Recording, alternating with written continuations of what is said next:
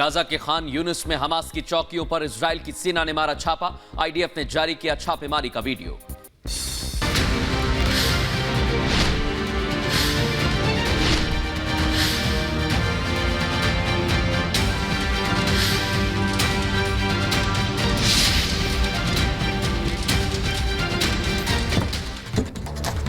और 3 राज्यों में मुख्यमंत्री का चेहरा कौन रहेगा, इस पर सस्पेंस बरकरार है। इस बीच राजस्थान से बड़ी खबर मिल रही है।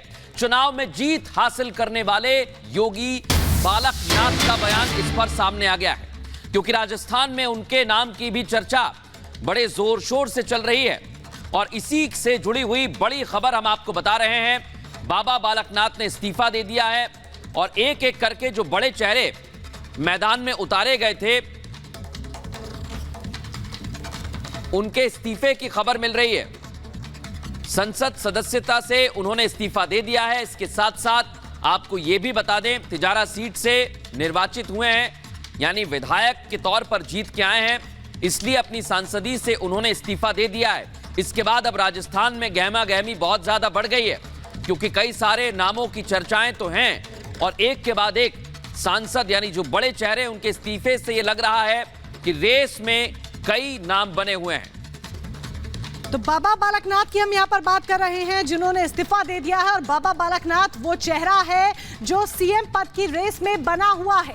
बाबा बालकनाथ की हम बात कर रहे हैं यहाँ पर। बाबा बालकनाथ ने भी इस्तीफा दे दिया है। तिजारा सीट से निर्वाचित हुए हैं एमएलए, जिन्होंने संसद सदस्यता से इस्तीफा दिया है। राजस्थान में सीएम को लेकर लगातार जो हलचल है, सीएम फेस को लेकर, वो बनी हुई है। और ऐसे में इस रेस में बाबा बालकनाथ का भी नाम शामिल है। और ऐसे में कहीं ना कहीं संसद सदस्यता से जिस तरीके से अब इस्तीफा भी सामने आ गया है, कई मायने इसके निकाले जा सकते हैं। तो क्या भविष्य में बाबा बालकनाथ को भी कोई नई जिम्मेदारी और कोई अहम जिम्मेदारी सौंपी जा सकती है, ये देखना होगा। तो बड़ी खबर आपको बता रहे हैं, तिजारा सीट से निर्वाचित हुए हैं एमएलए। अमित के पास सीधा हम चलेंगे। जयपुर से हमारे सहयोगी अमित लगातार बने हुए हैं।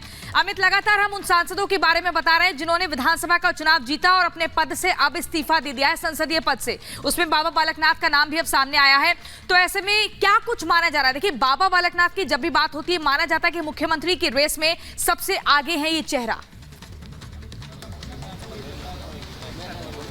देखिए प्रियंका, आपको याद होगा मैंने आपसे बताया था, बाबा बालकनाथ जिस छवि के नेता हैं, उनकी एक साफ सुथरी छवि है, हिंदुत्व का बहुत बड़ा चेहरा है। और अगर वो मुख्यमंत्री बनते हैं तो जो गुटबाजी का शिकार राजस्थान बीजेपी रही है वो नहीं होगा। यादव समाज से आते हैं एक, और सबसे बड़ी बात यह कि इस्तीफा देने का मतलब यह है कि कम से कम जो संभावित कैबिनेट है राजस्थान सरकार के, उसमें तो वो रहने वाले हैं। लेकिन जो नाम चल रहे थे, बाबा बालकनाथ उस रेस में सबसे आगे थे, वसुंधरा उस रेस में सबसे आगे थी, ओम माथुर, ओम बिरला का नाम आ रहा था, ये उस रेस में सबसे आगे थे। तो बालकनाथ का इस्तीफा देने का सीधा सीधा मतलब है कि जो रेस थी सीएम पद को लेकर, उसमें बालकनाथ अभी भी लगातार बाकी जो कैंडिडेट हैं उनके मुकाबले ज्यादा तेजी से दौड़ रहे हैं। और इस्तीफे का मतलब यह है कि अब जो समय वक्त नजदीक आ रहा है, जब यहां पर विधायक दल की बैठक होनी है, उसके बाद शपथ ग्रहण समारोह होगा। और बालकनाथ का इस्तीफा देने का मतलब है, एक ये प्रक्रिया है, जब आप सांसद रहते हुए विधायकी का चुनाव लड़ते हैं तो आप इस्तीफा देकर संसदीय से इस्तीफा देते हैं। उसके बाद जो संसदीय प्रक्रिया है उसके साथ चीजें बढ़ती हैं।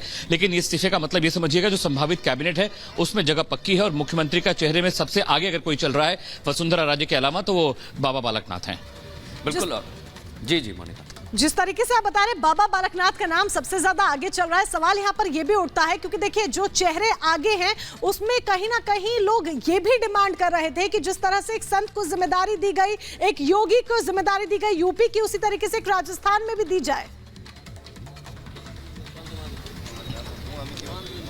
देखिए, मांग मोनिका जरूर थी, लेकिन योगी आदित्यनाथ की तुलना बाबा बालकनाथ से करना थोड़ा जल्दबाजी होगी। वो